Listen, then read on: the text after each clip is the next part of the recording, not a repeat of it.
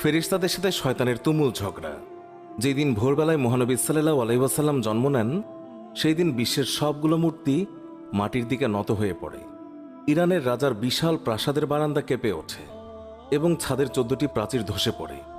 বিশ্বের সব সম্রাটের সিংহাসন উল্টে পড়েছিল। বিশ্বের সব রাজা বোবা হয়ে পড়েছিলেন, অর্থাৎ তারা কথা বলতে পারছিলেন না। সেদিন গণকদের সব জ্ঞান লুপ্ত হয় এবং জাদুকরদের জাদুগুলো অকার্যকর হয়ে পড়ে। বিশ্বনবী সাল্লাল্লাহু আলাইহি ওয়াসাল্লাম জন্মের সময় শয়তান তার সন্তানদের মধ্যে আর্তনাদ করে ওঠে। ফলে সবগুলো শয়তান তার কাছে এসে বলে, কেন এত পেরেশান বা উদ্বিগ্ন হয়েছ?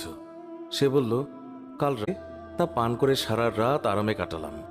দীর্ঘদিন পর এটাই প্রথম রাত্রি যাতে আমরা শান্তিতে ঘুমিয়ে পড়লাম। আমার স্বামী বললেন, হালিমা, তুমি খুবই ভাগ্যবান এক শিশু নিয়ে এসেছ।